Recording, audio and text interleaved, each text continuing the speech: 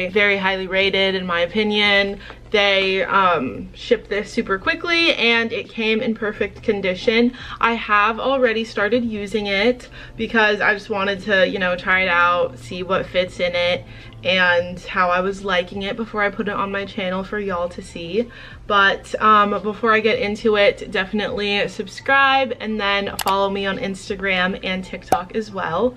But before I do the what's in my purse and bag review, I'm just gonna give you an overview of what the Dior saddle bag looks like. So I got it in the black grained, I think it's grained calfskin, because they have it in this like smooth leather, and I have a smooth leather that's like YSL and it gets scratched up so easily, so I definitely prefer something with a bit of texture. It's a little bit more durable, but this is what it looks like up close. It has this little magnet thing that kind of just like shuts, but here's the side. I love the Christian Dior little hardware, and the D at the bottom is super cute. And then this is what the back of the bag looks like. It has this external pocket and it's like a pretty decent sized pocket. Honestly, I don't have anything in there, but I could probably put like a chapstick or like some cash for like tipping and stuff. So that's what it looks like. And then here's it from the front, and this is what it looks like when I'm carrying it on my shoulder. I used this bag for New Year's Eve when I went out because I was wearing like a little black dress. So I definitely think it's the perfect going out bag size. And honestly, like, I'm super glad that a replica company offered to send me this, because I wouldn't want to spend, I think it's $3,000 for the actual like Dior one, because it's a very like trendy bag. I would say this bag, it's not like a classic shape that's gonna be in style forever. I would say the Dior saddle, like it was in style in I think like the 90s or something, and then it was like not in style anymore, and it's making a reappearance. But this isn't something that I would be like, oh yeah, like let me invest in that, because it's not, you know, it's not like a Chanel, it's not YSL, it's not a Louis Vuitton.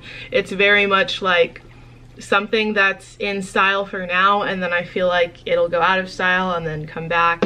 So it's definitely nice to have the option to spend way less money on it than, you know, like $3 grand, because that's just kind of a big commitment for a purse. So anyway, now that I've given y'all an overview, I'm just gonna show you the box that it came in. So they sent me this around Christmas time. I had it underneath my tree and it's just so pretty. The packaging is honestly A1, and then in the bag, or in the box, we have this dust bag. It says Dior, and then some like authenticity cards and stuff. It even has like this little thing that looks kind of like a credit card. But I was very impressed. It was like wrapped up. It had some stuffing inside so that it wouldn't lose its shape. And then all of the hardware had like a little bit of plastic on it. There's like still some tiny plastic pieces, but I just need to go ahead and like remove them later. Like if you can see that. They really did a good job at wrapping the hardware so that it wouldn't have any scratches on it.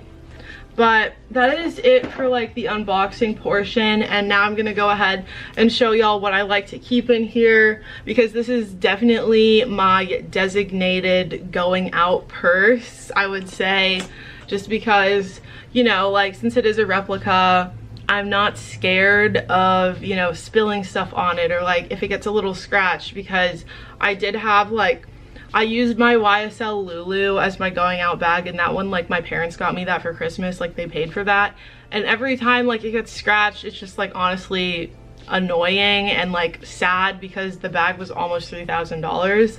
So I would say if you're looking for a going out purse, like definitely a replica would be the way to go, and specifically like this company.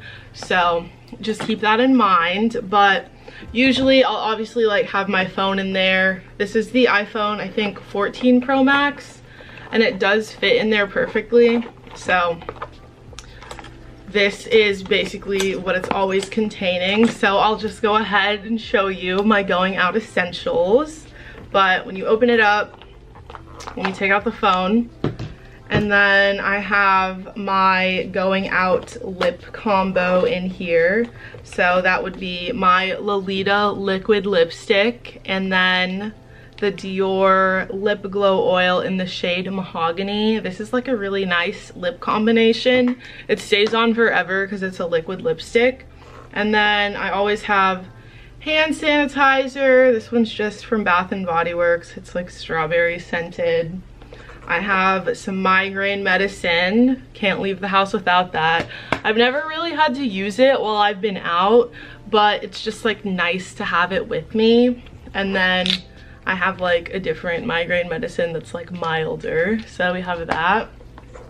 Hand cream. Hand cream is super important to me because I just like to feel hydrated and moisturized.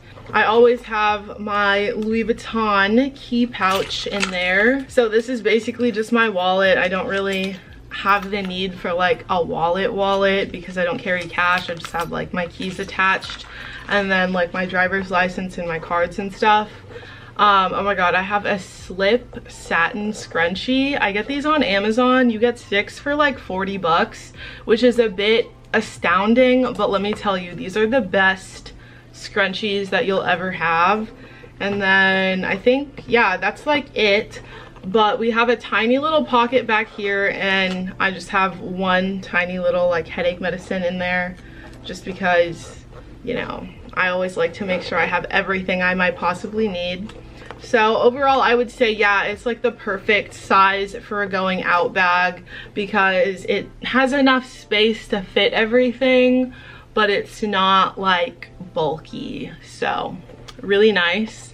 And then this is what it looks like all empty. I think it's kind of interesting how it has like, it's the saddle shape, like, you know, like a horse saddle, but then it has these kind of two, like, I don't know what you would call that, but there's like 2 sides for it. And then this is what the interior looks like. I think it's suede probably.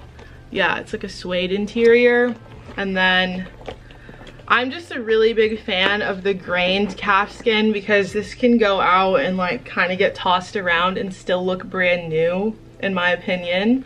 But, you know, nice detailing on the hardware. Everything looks super crisp, and I like the little magnetic closure just so that it has something to keep this top flap down.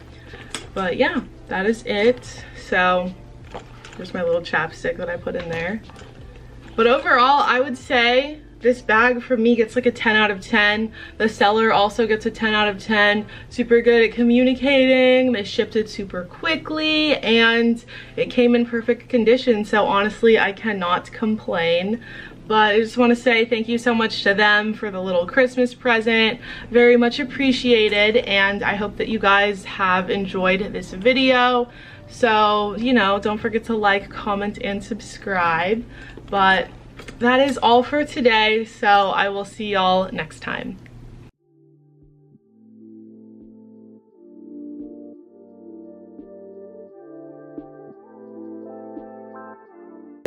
YKK, Riri, Opti, Lampo, and IPI. So look for those in the as zippers, so they'll only use those and nothing else.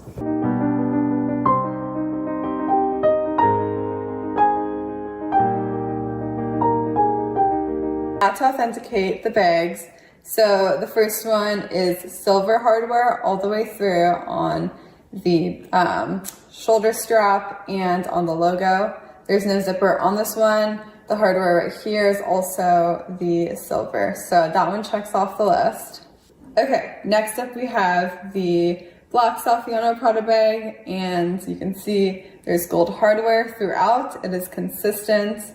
It has these as well, and it says Prada twice. The zipper is also gold. All of the detail throughout, that detail right there, and the logo on the front. So that passes the test as well. Let's look at the zipper now. The zipper on this bag is actually a leather zipper. So we don't need to look right there for a engraved Prada logo, we'll just look on the inside of the zipper and make sure it's one of the brands that I mentioned. You can see it is correct. It's the Riri is the brand of the zipper. So we're good to go on that.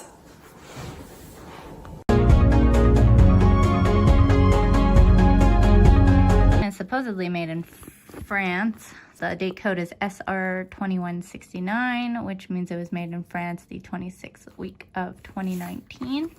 And I have a US bag 5230, which is the 53rd week of 2020.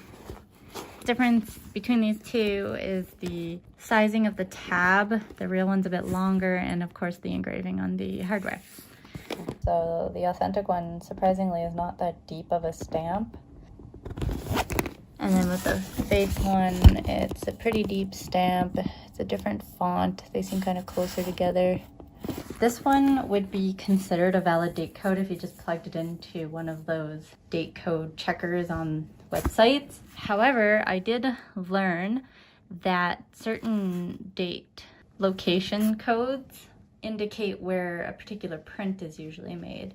And I found out that SR is not a valid location for the damier prints to be made. A more common one would be like SP, and of course SD, which my authentic one has. I will actually share a blog post link that I found that conveniently has a list of known date codes and like what prints are made at those codes. So you can find that in the description as well. And one of the most surprising things, well, maybe not, is the weight. The fake one is quite a bit heavier actually than the real one is. The leather feels a lot lighter, where this one quite a bit heavier. Don't mistake that for being authentic or better quality, I've discovered. In terms of smell, I wouldn't actually say that this one smells too plasticky or anything like that. There was nothing really red flaggy about the smell because, you know, the new bags smell kind of like glue and whatever. You might be thinking, you know, why bother paying so much for a bag that's so easily replicated? My personal reason is I want to try and respect artistic copyrights, and I don't want to support the slave